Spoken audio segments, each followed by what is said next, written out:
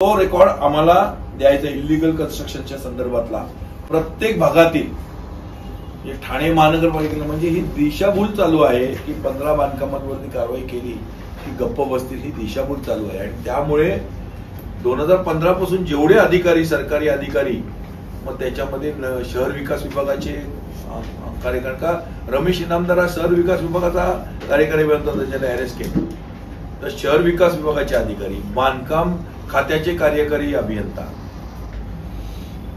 Bit आम्ही सगळी तुम्हाला हे देतोय। तर याच्यामध्ये आमची प्रमुख मागणी ही असेल की हे जे अतिक्रमण उपयुक्त पद आहे हे पद तुम्ही आत्ता जसं राहुलजींनी सांगितलं की कोविड काळातील अनधिकृत बांधकामांसंदर्भात सहाय्यक आयुक्तांची चौकशी सुरू होती, ती चौकशीचं काय झालं आणि त्याच्यातलाच एक सहाय्यक आयुक्ताला तुम्ही उपायुक्त करून त्याला उपायुक्त अतिक्रमणाचं पद दिलेलं आहे।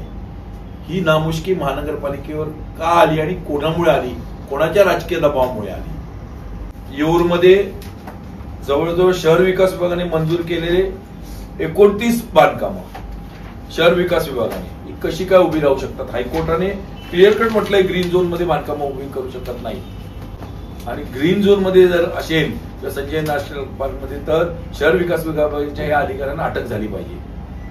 पण वर्तकनगरमध्ये कुठेच नाहीये, फक्त एक बिल्डिंग ती आहे ती जसं यांनी म्हणाले की 10 वर्षापूर्वी तोडली होती, ती कोर्टाच्या आदेशाने हायकोर्टाने तोडली होती, परत तिथे आता बिल्डिंग 2 वर्षापूर्वी उभी राहिली आणि त्यांना गोदापुरीने टॅक्स पॉट लावला।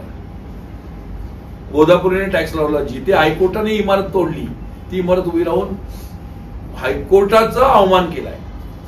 नंतर मुख्यमंत्री एकनाथ शिंदे साहेब झाल्यापासून वाघळे प्रभाग समितीमध्ये आजपर्यंत काल फक्त एक एमआरटीपी दाखल झाली, एकही एमआरटीपी दाखल झाली नाही का? अनधिकृत बांधकामं झाली नाही?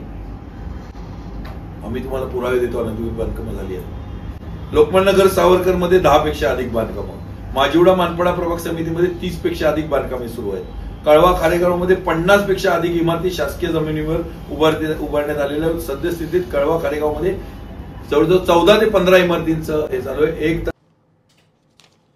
आम्ही म्हटलंय बांधकाम साहित्य पुरवणारे बांधकाम साहित्य जे पुरवतायत अनधिकृत इमारतींना, जे बांधकाम साहित्य पुरवतात ना अनधिकृत इमारतींना, वीट रेती भीती या सगळ्यांच्यावर पण कारवाई झाली पाहिजे। जीएसटीची कारवाई झाली पाहिजे, आयकरची कारवाई झाली पाहिजे, या सगळ्यांना मोक्कामध्ये घ्यायचं।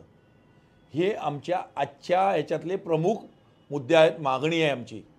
आणि वेळ पडल्यास आयुक्तांची पण बदली करा, कारण का जर तुम्ही बांधकामं रोखू शकत नसाल, आमचं म्हणणं हे आहे शासनाने सांगावं यांना, या सगळ्या अधिकाऱ्यांना कॅबिनमध्ये भेटत नाहीत, गायब असतात पाहिजे। पोलिसांना पत्र, पोलिसांची कर्तव्य, पोलिसांची बीट मार्शल फक्त पोरपोरी कुठे तलावावर बसलेत, कळलं का कुठला फेरीवाला काय चायनीज विकतोय त्याच्याकडनं पैसे वसूल करतात, बाकी सगळं सोडून देतात धंदे, चेन स्नॅचिंग सोडून देतात, मटक्याचे दारूचे धंदे सोडून देतात। हे बीट मार्शल हे कुठे पोरगा पोरगी बसलाय, कुठं काय चाललंय तिथं जाऊन त्यांना पकडणार, साईडला नेणार, तुझ्या पालकांना सांगू का, मग पैसे घेतात।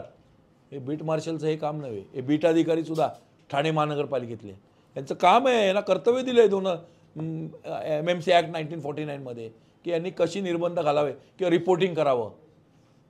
कलेक्टर ऑफिसमधले पण अधिकारी ते सगळे, तो कलेक्टरपासून सगळे ते आता जे लोकप्रतिनिधी खासदार झाले आमदार झाले यांच्याबरोबर जाऊन काय ते आपत्कालीनच्या हे घेतात, शायनिंग मारतात। हे जनता दरबार सुरू आहेत, सगळे शायनिंग आहे अनधिकृत। आमचा मूळ मुद्दा आता पहिला आम्ही घेतलाय, ठाणे काँग्रेसने अनधिकृत बांधकामं फोफावणारी थांबली पाहिजेत।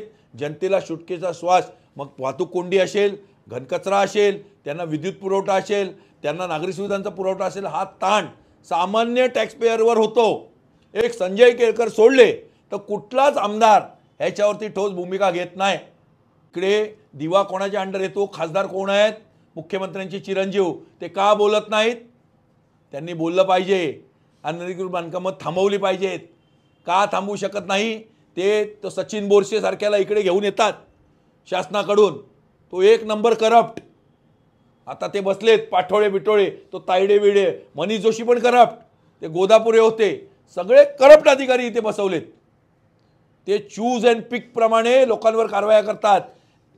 त्या लॉनवर कारवाई केली, काय तो गोल्डन स्वॅनवर कारवाई केली, तो हॉटेल कुठला ते राजपूतचं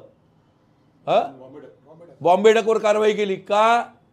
येऊरला बाकीची बांधकामं दिसत नाही त्यांना, या पोलीस कमिशनरला दिसत नाही. बळजबरी जागा कब्जा घेतला जातो, हे बिल्डर लोकांकडनं कब्जा घेतला जातो. रुनवाल सारख्याचं वरती आहे बंगला बांधायला घेतलाय, त्या मिराणीचा बंगला बांधायला घेतलाय, तिकडे ते कब्जा घेतात घोडबंदरला. आम्ही तेच मागे सांगत होतो, बिल्डर लोक गुंड बसून कब्जा घेतात आणि आत बसवतात. हे सगळे गुंड ठाण्यातले जेवढे 4-4 मर्डरी, 2-2 मर्डरी, 1-1 मर्डरी, आणि हे रीलवाले जेवढे आहेत ना सगळे, ते कुठे अयोध्या गेलेले सगळे, हे सगळे ह्यांच्या आशीर्वादाने जगतायत. ते सगळे तिथे त्यांना सुपाऱ्या दिल्या जातात, त्यांना सुपाऱ्या दिल्या जातात, लोकांना धमकवायच्या आणि गप्प बसवायच्या. आम्ही काँग्रेसवाले कुठेही बरबटलेलो नाही अनधिकृत बांधकामांमध्ये, म्हणून आम्ही हे बोलू शकतो. आणि त्यामुळे आम्हाला कोणी धमकवायची हिंमत नाही, आणि म्हणून हे आम्ही मागणी केलेली आहे. बघा एक आमदारांची पण लिस्ट आहे तुमच्याकडे? हो आहे ना, वाचून दाखव ना सर, कोण कोण आमदार आहेत? दिलेत ना तुम्हाला मी. तुम्ही वाचून दाखवलं तर बरं होईल. सध्या एकच नाव आहे, रवींद्र फाटक, माजी आमदार. आव्हाड साहेबांच्या बंगल्याचा मिळाला नाही आम्हाला. येऊरला हे अनधिकृत बांधकामं 1000च्या वर आहेत आणि अधिकृत 28 आहेत. अधिकृत होऊच कशी शकतात, आमचा हा पहिला प्रश्न आहे. एअरपोर्ट सोडून आणि आदिवासी, मूळ आदिवासी सोडून अधिकृत कशी काय होऊ शकतात? ज्याने आदिवासी केलेत कुठला कायदा वापरून याने त्या शहरविकासच्या, त्याला जेलमध्ये टाका. या सगळ्या अधिकाऱ्यांना जेलमध्ये टाका. हे बघा, हे सगळ्या अधिकाऱ्यांना जेलमध्ये टाकल्याशिवाय हे सुधारणार नाही. हे जेवढे आहेत ना सिनियर PI BI सगळे जबाबदार आहेत ह्याचे, पोलीस स्टेशनचे सगळे मटक्याचे धंदे बिंदे. हे बघा, आम्ही ह्याला दिले, ह्याला कोपरी पोलीस स्टेशनला आम्ही आत्ता दिलं आहे. आमच्या एका कार्यकर्त्यानं यादी आणून दिली. कोपरी पोलीस स्टेशनला बघा, कुठे तो नायडू बिडू काय तो, कुठे ते कोपरी पोलीस स्टेशनचं, हे बघा कोपरी पोलीस स्टेशनमध्ये दिलं आहे आम्ही.